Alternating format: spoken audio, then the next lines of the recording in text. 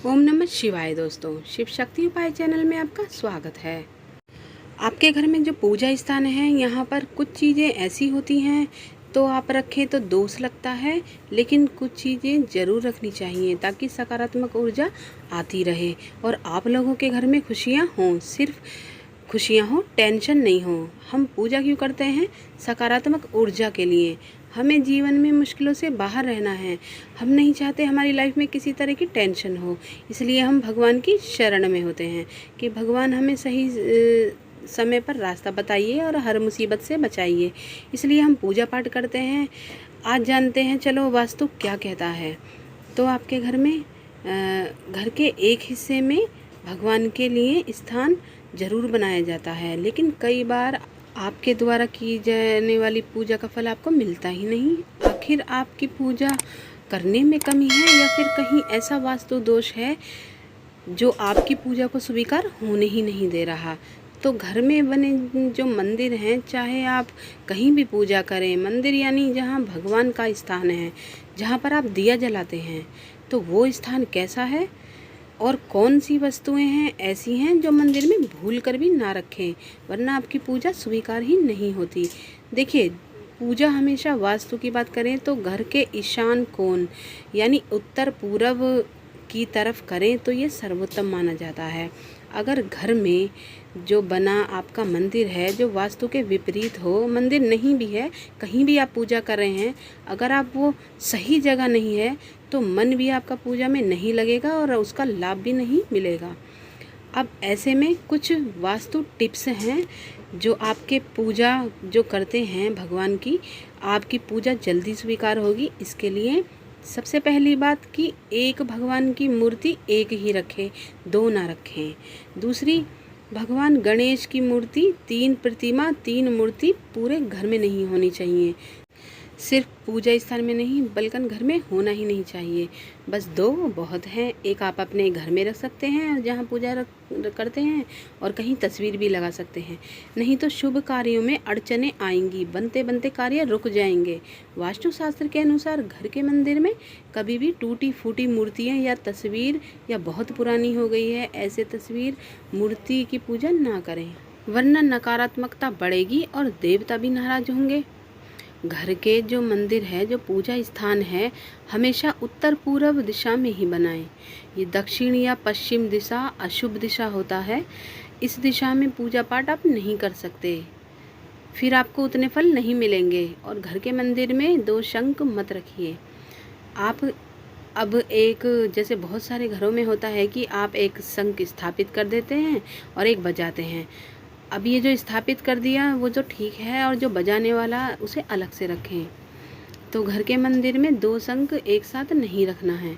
वास्तु के अनुसार मंदिर में जहाँ पर आप भगवान की पूजा करते हैं आसपास शौचालय बिल्कुल भी ना बनाएं। और दूसरा, बहुत ज़्यादा बड़ी बड़ी मूर्तियाँ भी घर में नहीं रखनी चाहिए। पूजा स्थान पर अगर आप शिवलिंग रखते हैं तो अंगूठे से छोटा रखिए, और पारस शिवलिंग रख रहे हैं तो आपकी पूजा जल्दी स्वीकार हो जाएगी। देवी देवताओं की हमेशा सॉफ्ट मुद्रा, सौम्य मुद्रा में मुस्कुराते हुए तस्वीर रखिए और लगाइए। ये नहीं कि आपने तस्वीर लाई है, मूर्ति लिए हैं, भगवान की आंख ऊपर की ओर देख रहे हैं, ये नहीं। भगवान की आंख हमेशा आपकी तरफ होनी चाहिए, चेहरे की आपकी तरफ, आपको मुस्कुराने वाली। उग्र देवी देवताओं की मूर्ति स्वरूप मत रखिएगा, वरना जीवन में मुश्किलें बढ़ जाएंगी। और हनुमान जी की भी ज़रूरत से ज़्यादा बड़ा मूर्त नहीं रखें। और जब हनुमान जी की आप मूर्ति घर में रखते हैं तो प्रयास ये करें कि हनुमान जी बैठे हुए हों। खड़े हनुमान जी की तस्वीर की पूजा मत कीजिए। तो पूजा करने में मन अगर एकाग्र नहीं हो रहा हो तो धन संपत्ति का नुकसान होने लगता है। भूल कर भी आप अपने स्टोर रूम में पूजा का स्थान नहीं बनाएं और न ही बेडरूम में आप पूजा करें।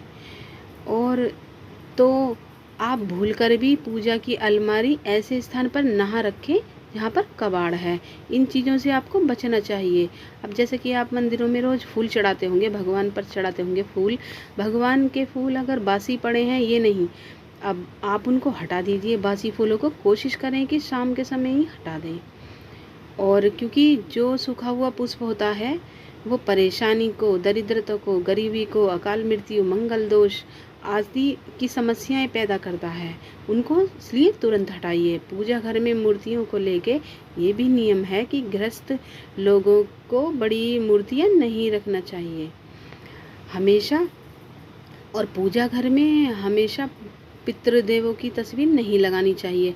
शास्त्रों में इसे भी नहीं अच्छा माना जाता, लेकिन पूर्वजों की तस्वीर मंदिर में लगाने से सही नहीं होता। आप अपने घर के दक्षिणी दीवार पर लगाइए ताकि पितृ पर वो प्रसन्न हो। तो मंदिर में मत लगाइएगा। तो मंदिर में रसोई घर भी नहीं बनाइए, क्योंकि वास्तु के अनुसार भी ठीक नहीं है। और शंख को भगवान विष्णु का प्रतीक माना गया है, इसीलिए हमेशा इसको बदलिए मत।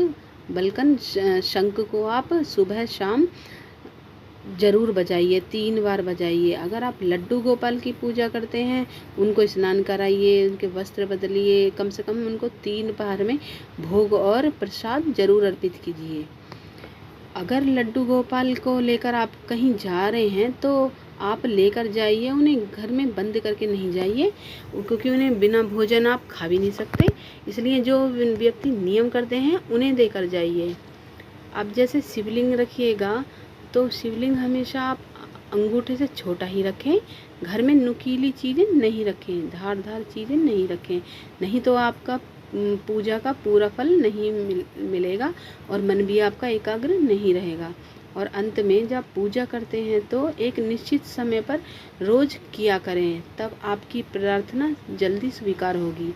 मोर पंख अपने पूजा स्थान पर जरूर रखिए। माना जाता है मोर पंख रखने से घर में सकारात्मक आती है। भगवान श्री कृष्ण को मोर पंख बहुत प्रिय है और आप भगवान श्री कृष्ण के माथे पर सजा कर रखिए। मोर पंख रखने से घर में कीड़े मकोड़े भी नहीं आते। गंगा जल, हिंदू धर्म में गंगा जल को बहुत पवित्र माना जाता है और हर घर में पूजा स्थान पर गंगा जल भी होता है। तो मंदिर में गंगा जल रखने से माँ लक्ष्मी की विशेष कृपा होती है। लेकिन जब भी आप गंगा जल रखें तो चांदी या पीतल के बर्तन में रखें, घर में सुख शांति बनी रहती है।